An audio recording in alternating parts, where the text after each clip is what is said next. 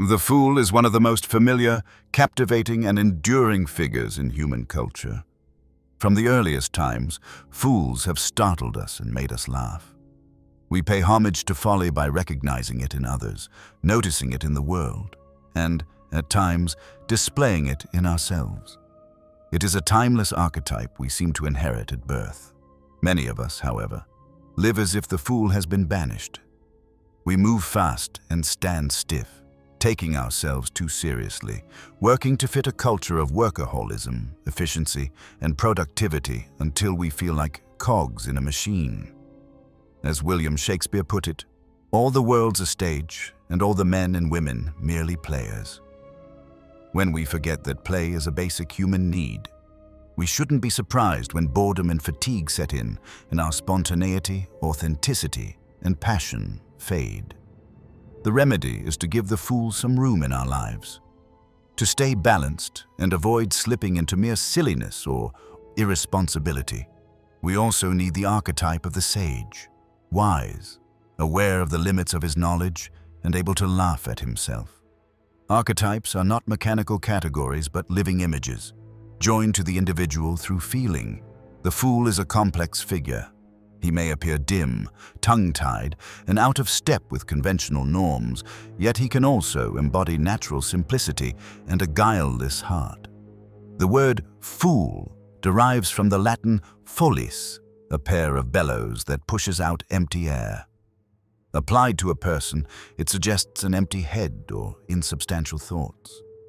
Yet bellows also feed a fire, just as the fool can stoke our own inner flame. In 1511, the Dutch humanist Erasmus published In Praise of Folly, a hugely popular and penetrating exploration of the fool in Western literature. Folly herself takes the stage. Because no one praises her, she praises herself, arguing that life would be dull without her. She spares no one in her critiques, and Erasmus's friends warned him about the risks of needling the church. Even so, many religious readers found the work amusing. Friendship and marriage carry a trace of folly. We forgive the flaws of those we love, downgrading their faults to little vices when compared to the shortcomings of strangers. Intellectuals have their own brand of foolishness. They spend years in libraries, convinced their research matters immensely, so that, perhaps decades later, a few other scholars will read their book and praise it. In this spirit, folly likens philosophers to theater critics who pull off the actors' masks and spoil the play. They can be tedious and exasperating. What they miss is that the illusions that make life tolerable can be valuable even when they bend reality. By contrast, the fool seems freer and happier than those weighed down by wisdom. Fools bring the room to life. They often tell the truth, not because they are heroic, but because they lack the craft required to lie or manipulate. In the end, few things sweeten life more than laughter and play. Folly is not only common to all of us, it is necessary and, in some ways, desirable. To be human is to play the fool, and admitting this may be the highest form of wisdom. The fool also evokes a longing for a simpler life, a kind of wisdom that rises from the heart rather than the head. Sometimes the plain-spoken and down-to-earth, by virtue of their purity of heart, reach deeper truths than those burdened by learning and convention. It is why a familiar proverb can feel truer than a carefully reasoned essay. As Fyodor Dostoevsky suggested, the wisest person may be the one who can, at least once a month, confess himself a fool, a rare ability. Today, in literature, sane characters are sometimes shown as the deluded ones, while those called mad reveal flashes of insight. Hence the paradox of the wise fool, a figure labeled as foolish who ends up embodying wisdom.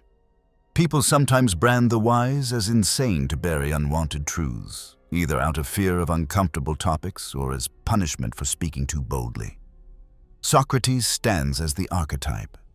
His method exposed the folly of the supposedly wise, and he claimed that whatever wisdom he possessed came from knowing how little he knew. Recognizing the limits of what we know is already a kind of wisdom. As Shakespeare noted, the fool imagines he is wise, while the truly wise recognize their own folly. There are two main ways to be deceived: by embracing what is false or by refusing what is true. When an uncomfortable reality needs a voice and those in charge stay quiet, it is often the fool who speaks up, and there is something quietly heroic in that. The fool says aloud what everyone else only thinks, and the relief is immediate because it had to be said. Broadly, we can distinguish two kinds of fools: the natural fool, short on social tact and accidentally honest, and the professional fool who softens hard truths with wit and humor. One leads with the heart, the other with craft. The sharpest fools are frequently cleverer than the people who laugh at them. Their advantage is courage, the readiness to voice the truth. The secret behind the successful fool is that he is rarely foolish at all. William Blake pointed to this paradox. Persist in folly long enough, and it can ripen into wisdom. Fool, clown, trickster, they share a family resemblance. They provoke laughter and act as catalysts for comic release. Yet they also embody a dual signal: folly and insight, order and disruption. What looks like a joke may in fact be a warning. Kierkegaard tells of a theater fire. A clown rushes on stage to warn the audience, who applaud, thinking it part of the act. He repeats the warning. The applause only grows. He feared the world might end that way, cheered on by wits who mistake the alarm for entertainment. Skilled jesters can sharpen our awareness of what's happening and where we're headed. Many, however, speak from private tragedy. The sad clown paradox captures this. Comedy can operate as a defense, masking depression or anxiety and venting buried anger and grief through laughter. We often laugh at the clown while simultaneously feeling pity, unease, or even disgust. An ambivalence that's hard to shake. For some, this reaction becomes coulrophobia, an overwhelming fear of clowns. In our time, clowns have become staples of horror in fiction and film. One reason may be the modern clown's fixed assignment: to entertain by being the butt of laughter, and he doesn't always succeed. Keeping the same face and playing the same role again and again demands a personal sacrifice. That one-sidedness wears on the mind, and little by little, the clown is swallowed by his shadow, the darker side of the personality. The archetype of the evil clown crystallizes in the Joker, one of popular culture's most recognizable villains. Historically, the figure held a darker balance. In medieval theater, jesters made audiences laugh, yet could also drag sinners toward the stage's hellmouth, the monstrous maw representing the entrance to hell, startling spectators and counterweighting comedy with dread. Light and dark lived side by side. Psychologically, the fool and the trickster diverge. The fool is innocent or naive, harmless by nature. The trickster is intentionally deceptive, aiming to outwit others and laugh at them. He delights in schadenfreude, pleasure taken in another's misfortune, failure, or humiliation. A trickster may even offer consolation while secretly savoring someone's downfall, and he seizes any chance to play a prank. The fool, by contrast, prefers to laugh with others, or at himself. Self-mockery breaks the ice. It loosens one's persona and invites the audience to drop their social masks, making genuine behavior possible. That vulnerability is courageous. It helps others open up and receive the message more deeply.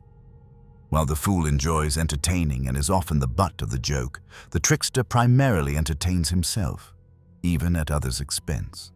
The fool can keep a sense of humor even in hardship, and that lightness spreads hope. In a tense room, the wounded person dares to crack a joke, risking looking silly, not only to soothe themselves, but to ease everyone else as well. When someone openly plays the fool, the audience notices at once. The trickster, however, is more ambiguous. He wears the fool's mask so others will stumble into his snare. He deceives precisely those who never imagined they could be deceived. In the Middle Ages, the court jester entertained the aristocracy with music, stories, satire, comedy, juggling, and acrobatics. People once believed that keeping a fool close warded off the evil eye. Superstition aside, this points to a lasting psychological truth. It's usually wise to keep the fool out in the open where we can watch him. We also need to make space for the renegade within and admit him to our inner court, where he can bring fresh ideas and new energy. Without the fool's bluntness and play, our inner world risks becoming a sterile wasteland. During the Middle Ages, the lower clergy marked New Year's Day with the Feast of Fools. To inoculate society against sudden eruptions of pent-up destructive impulses, all conventions were briefly suspended. The order of things flipped upside down. Sacred rites were parodied, church authorities were lampooned, and the underdogs were allowed to vent a year's worth of hostility, desire, and rebellion. In time, the church drove these blasphemous festivities underground. The fool also held a peculiar protected place at court, with the king's permission to speak uncomfortable truths. Both insider and outsider, he alone could tease the very person he served, so long as it remained within the realm of humor. Anyone who challenges others, or the status quo, will be labeled a fool by those too afraid to speak and unwilling to risk their reputation for the sake of authenticity. To signal his special license, the fool mirrored the monarch's regalia. The crown and scepter became a jingling cap and bells and a bauble, the jester's own scepter. Like a ventriloquist's dummy, the tiny head on the bauble could give voice to thoughts the jester might not dare to speak outright. Because of their closeness to the throne, jesters were often granted a measure of immunity and could speak boldly without fear. Still, some overstepped and paid with their lives. Fools personify values a community rejects because they challenge its norms and rules. Branded incompetent and unruly, they are frequently shunned as misfits. Yet every group needs such a figure. They are agents of change, and a vibrant culture must leave room for those who expose and unsettle the very assumptions on which it rests. Many court jesters had visible physical differences. Often born into poverty and seen as financial burdens, they were employed as natural fools to provoke amusement. These differences were sometimes read as signs from God. Thus, people with dwarfism, hunchbacks, and others were chosen to serve in royal households. Dwarfs were especially prized, present in many courts, and even exchanged as gifts among royals. Standing beside the king, they made him appear larger, amplifying his aura of power. These marginalized individuals often proved remarkably perceptive. Excluded by their bodies' limitations from ordinary pursuits, their loneliness and suffering drove them inward to discover resources of depth and wisdom. In Shakespeare's King Lear, the bond between king and fool is one of friendship and dependence. When left only with his knights, Lear grows desolate and repeatedly asks after the fool.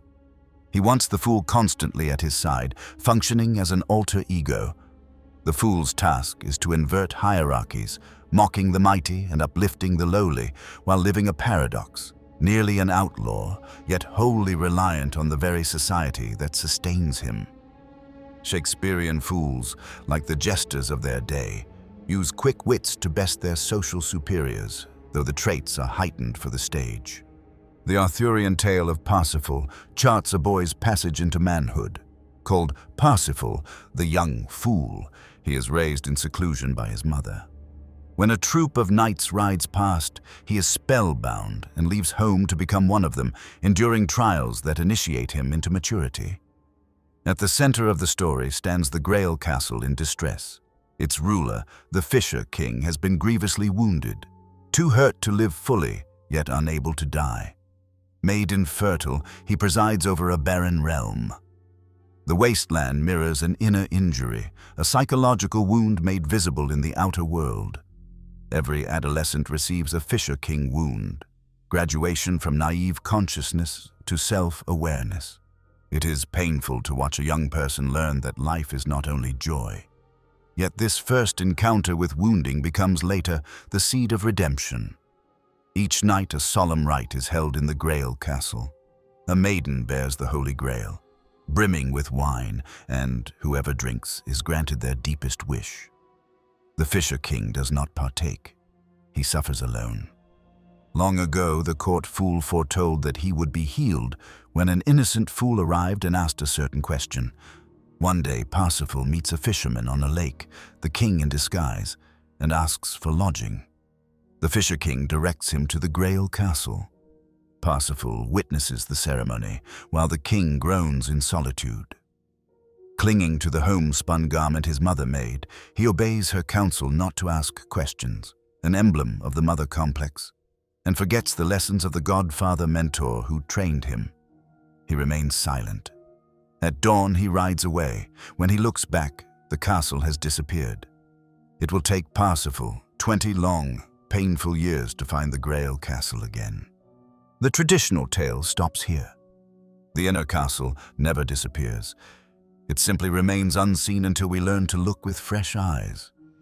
In later retellings, when Parsifal returns to the Grail Castle and finally asks the Fisher King, "Whom does the Grail serve?" the question itself breaks the spell. His wound is healed, and peace and joy spread across the land. The Grail represents the axis of meaning in a human life, and a life finds its meaning by serving the Grail, one's higher self. As Jungian analyst Robert A. Johnson suggests, a man must be willing to turn toward the naive, innocent, adolescent part of himself for healing. Only this inner fool can reach the Fisher King wound. Miguel de Cervantes' Don Quixote, often called the first modern novel, portrays a gentleman driven mad by chivalric romances. He rebrands himself as a knight-errant, mounts a feeble horse, and rides out to defend the innocent and vanquish the wicked, only to achieve the opposite. He dedicates all of this to a peasant woman whom he idolizes as a princess, a figure who never actually appears in the story. From his name we get quixotic, someone prone to delusion, unable to separate imagination from reality, and compelled by grand but impractical ideals. In the book's famous episode, he attacks windmills he mistakes for giants, hence the idiom tilting at windmills, battling enemies that exist only in the mind. Quixote enlists Sancho Panza as his squire, a practical peasant promised great rewards who follows him on a donkey. Sancho's grounded realism stands in stark contrast to his master's lofty idealism. Despite good intentions, Quixote often harms those he means to help because he cannot see the world as it is. To others, he appears not merely foolish, but truly mad. Yet outside the topic of chivalry, he can be witty and, at times, perfectly lucid. A reminder that even the brightest minds can be ensnared by their own folly. Near the end, he falls ill, sleeps, and wakes clear-headed, recognizing that he has squandered his life in madness. The book's mood turns from comedy to tragedy, and those who once mocked him cannot help but feel pity. They insist he is mistaken. He truly is a knight, they say. What once looked like madness is suddenly recast as sanity. When the illusions that kept him alive finally dissolve, he dies, felled by an overdose of reality. This raises the old dilemma. Is it better to know the truth and suffer, or to live content in a fool's paradise? Dostoevsky probes that question in The Idiot. He presents an ideal man, a positively beautiful individual, set against a world in moral decay. Prince Mishkin returns to Russia from a Swiss sanatorium, treated for epilepsy and what the era bluntly called idiocy. From his first train ride to St. Petersburg, he is hurled into the grime of society. Unlike the stock, virtuous fool played for comedy, Mishkin is defined by innocence rather than farce. As Dostoevsky writes, "First of all, this prince is an idiot, and secondly, he is a fool, knows nothing of the world, and has no place in it." Mishkin's guileless heart and lack of social training become instruments of satire, thrown into relief against a corrupt, calculating, acquisitive, manipulative, and egocentric society. He is candid and transparent. He will not wear a mask to impress. He simply speaks his mind, regardless of the setting. For this, people dismiss him as an idiot, even though he sees deeply into human nature and into what Christian love demands. His foil is Hippolyte, a young atheist and nihilist dying of tuberculosis. He rebels against society, nature, and God, declaring, "It is better to be unhappy and know the worst than to be happy in a fool's paradise." Mishkin, by contrast, cannot comprehend choosing misery on principle. Rather than theorize, he spends his time among sinners, quietly serving as their moral and spiritual companion. The novel suggests that small acts of kindness are what truly matter. Redemption runs through the book, the saving of a soul from sinfulness through humility and compassion. And, in its most famous sentiment, Dostoevsky tells us, "The prince assures us that beauty will save the world." Think of those old fairy tales with three brothers, the youngest a simpleton mocked by all. Somehow, it is always the fool who becomes the hero. He's the reckless younger brother who charges into places even angels avoid, and somehow walks away with the princess and the crown. The fool seems almost enchanted, as if Lady Luck rides at his shoulder. His way of living is impulsive, yet oddly wise, a blend of insight, absurdity, and naivete. When the mix is right, wonders follow. When it tilts to one side, everything collapses into a sticky mess. In Russian folklore, this spirit appears in one of its most beloved forms, Ivan the Fool. Leo Tolstoy even titled a story after him. In Tolstoy's tale, Ivan is the youngest of three sons in a peasant family. People take advantage of him because he is guileless, kind, and quick to forgive, even when it costs him dearly.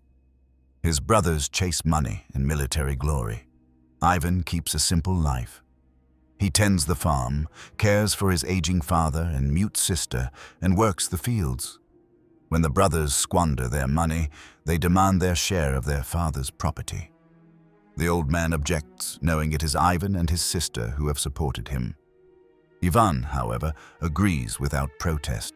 Seeing such generosity and the lack of quarrel, the old devil dispatches a little demon to each brother to stir up strife. Greed and ambition ensnare them, and trouble follows. A devil even strikes Ivan with illness, yet he only works harder and overcomes every trial. The three imps then join forces to defeat Ivan, and still fail. He catches them one by one. Each begs for mercy and offers to grant him any wish.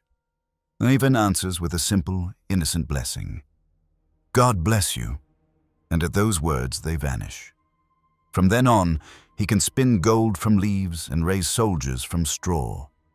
He hands the gold to the village peasants and conjures soldiers only to sing and dance. At last, the old devil himself confronts Ivan and is defeated as well. Ivan trusts his heart and the old stories, while his brothers rely on calculation and practicality. In the end, it is the heart-led fool who prevails.